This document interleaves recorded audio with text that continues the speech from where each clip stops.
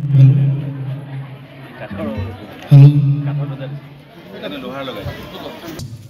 সকলোকে হাস্যভৰি অভিবাদন জনাবলৈ অনুৰোধ জনালোঁ। ইয়াৰ পিছতে আমাৰ মাজত উপস্থিত থকা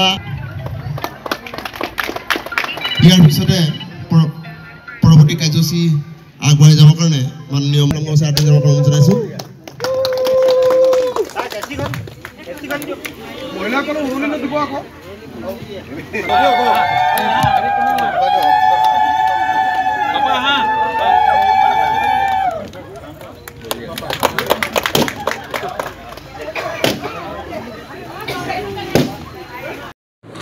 আজি ডিব্ৰুগড় জিলাৰ অন্তৰ্গত খোৱাং সমষ্টিৰ অন্তৰ্গত অৱস্থিত বৰবৰুৱা ডেভেলপমেণ্ট ব্লকৰ প্ৰাংগণত আজি এটা আমাৰ বিডিঅ' অফিচ খণ্ডন বিষয়াৰ এটা অফিচৰ ঘৰৰ শুভাৰম্ভ আজি মই প্ৰশান্ত ফুকন আৰু আমাৰ খোৱাং সমষ্টি বিধায়ক চক্ৰধৰ গগৈ ডাঙৰীয়াই আজি আমি উন্মোচন কৰিলোঁ। প্ৰথম কথা হ'ল আমাৰ এইটো অসমৰ ভিতৰত এটা পুৰণা ব্লক বৰবৰুৱা ডেভেলপমেণ্ট ব্লক আৰু এটা বিস্তাৰিত অঞ্চল এই ব্লকৰ অধীনত সন্নিৱিষ্ট হৈ আছিল। তিনিটা সমষ্টিৰ অন্তৰ্গত ডিব্ৰুগড় সমষ্টি, বৰ্তমান খোৱাং সমষ্টি আৰু লাহোৱাল সমষ্টি। এইখিনি হৈ থকাৰ কাৰণে এইটো এটা বিৰাট ডাঙৰ ব্লক আছিল, কিন্তু ইনফ্ৰাষ্ট্ৰাকচাৰ কোনো তেনেকুৱা ধৰণৰ ব্যৱস্থা নাছিল। অসমৰ মাননীয় মুখ্যমন্ত্ৰী ডক্টৰ হিমন্ত বিশ্ব শৰ্মা ডাঙৰীয়াই এই গোটেই কথাটো গমি পিটি চাই চক্ৰধৰ গগৈ আৰু মই নিজেই যেতিয়া তেখেতক ক'লোঁ, তেখেতে ক'লে যে আপোনালোকে বিভিন্ন পুঁজিৰ পৰা সংগ্ৰহিত ধনেৰে আপোনালোকে এটা সুন্দৰ ঘৰ বনাই ল'ব। আৰু সেই ঘৰটো বনোৱাৰ ক্ষেত্ৰত আজি আমাৰ বিডিঅ' ডাঙৰীয়াও যথেষ্ট সহায় কৰিলে। আমাৰ ইঞ্জিনিয়াৰ আছে জিলা পৰিষদৰ, CEO জিলা পৰিষদ, আৰু সকলোৱে এটা একাগ্ৰতাৰে আমি চিন্তা চৰ্চা কৰি এটা সুন্দৰ ঘৰ আপোনালোকে দেখিছে, সুন্দৰ ঘৰ আমি তৈয়াৰী কৰিছোঁ। আৰু মই ভাবোঁ এটা পৰিৱেশ সৃষ্টি হ'ব আৰু ইয়াৰ পৰাই বিডিঅ' অফিচটো কাম কাজ চলাব পাৰিব। মই সকলোকে মোৰ ফালৰ পৰা ধন্যবাদ দিছোঁ।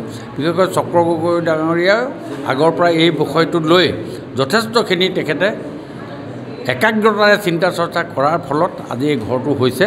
আজি মই মন্ত্ৰী হিচাপে আহি আমি দুয়োজনে যুগ্মভাৱে এই ঘৰটো শুভাৰম্ভ কৰি ৰাইজৰ সেৱাত অৰ্পণ কৰিলোঁ। ছাৰ, ডিব্ৰুগড় পশ্চিম ৰাজস্ব কাৰ্যালয়লৈ বৰবৰুৱালৈ স্থানান্তৰ কৰাৰ কিবা প্ৰক্ৰিয়া চলাই থকা কি পশ্চিম ৰাজস্ব বিষয়া কাৰ্যালয়টো আমি সেই কথাটো আমি চিন্তা চৰ্চা কৰিছোঁ।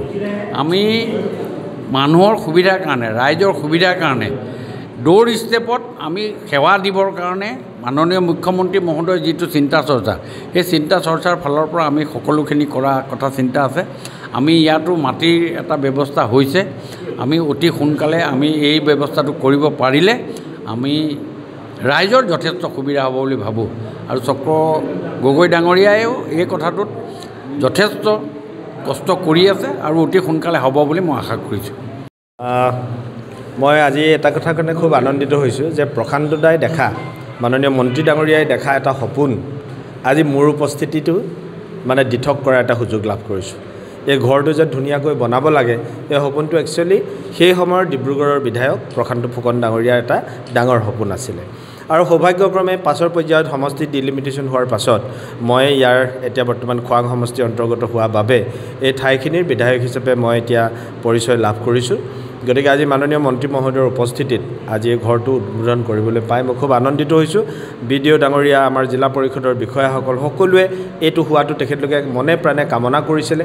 আমাকো তেখেতলোকে কৈছিল যে ছাৰ এইখিনিত আমি খৰচ কৰিব পাৰোঁনে। আমি দুয়োগৰাকী ব্যক্তিয়ে, সেই সময়ৰ প্ৰশান্ত দা আৰু বৰ্তমান মই দুয়োগৰাকীয়ে কিন্তু আমি সন্মতি প্ৰদান কৰিছিলোঁ যে এইটো খৰচ কৰক, আপোনালোকে ধুনীয়া এটা ঘৰ বনাওক। আজি দেখিলে আপোনালোকে 4-5 কোঠাৰ এটা ডাঙৰ ঘৰ মানে কাৰ্যালয় গৃহ আজি ইয়াতে ৰাইজৰ হাতত অৰ্পণ কৰিছে মাননীয় মন্ত্ৰী মহোদয়ে। গতিকে শুভ মুহূৰ্তটোত মই সকলোলৈকে অভিনন্দন জনাইছোঁ। আশা ৰাখোঁ এইটো ঘৰৰ পৰা আমাৰ মণ্ডলৰ, আমাৰ এই বৰবৰুৱা ডেভেলপমেণ্ট ব্লক এলেকাৰ যিখিনি মানুহৰ সেৱা ইয়াৰ পৰাই হ'ব, সকলোৱে আহি ইয়াতে গ্ৰহণ কৰিব পাৰিব। ধন্যবাদ।